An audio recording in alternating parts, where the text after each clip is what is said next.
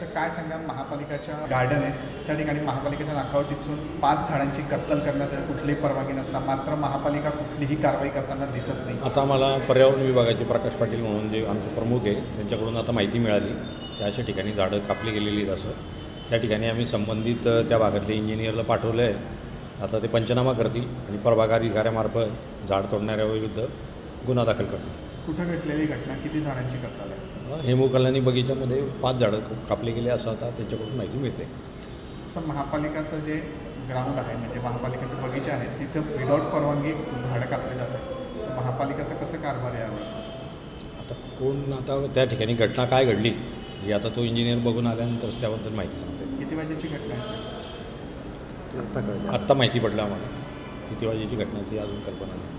काही सुजाण नागरिकांनी त्या ठिकाणी 12:30 वाजता दुपारी फोन केलेला होता अशी घटना घडली, मात्र अधिकारी किंवा कर्मचारी पोहोचत नाही. कुठेतरी राजकीय लोकांची भीती वाटते का अधिकाऱ्यांना? नाही अजिबात नाही.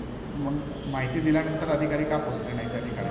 माहिती आम्हाला जशी मिळाली तशी आम्ही लगेच संबंधित इंजिनियरला पाठवलं त्या ठिकाणी. कशा पद्धतीची कारवाई असेल आणि काय असेल त्या ठिकाणी आता कोणकोणते झाडं कशा प्रकारे किती तोडले गेलेले आहेत हे तो बघेल आणि त्या ठिकाणी पंचनामा करेल.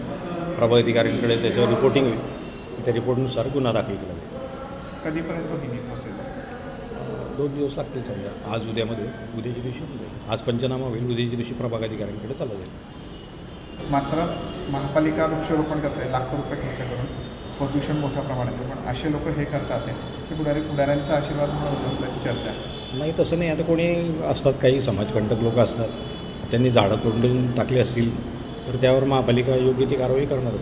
काय कारवाई असते महापालिकेची? महापालिकेकडून आम्ही आता प्रभाग अधिकाऱ्यांमार्फत त्या लोकांवरती गुन्हा दाखल करायची कारवाई असते किंवा एका झाडामागे 10,000 रुपये दंड आम्ही त्या माणसाला त्या व्यक्तीला करतो झाड तोडणारा. सर नियम काय, झाडांना कधी विजा पोचवली किंवा मुळापासून फेकून दिले त्याच्यावर पुन्हा मनुष्यवधाचा गुन्हा दाखल होतो. दाखल करण्याचं महापालिका कष्ट करेल करेल असं निश्चित करेल.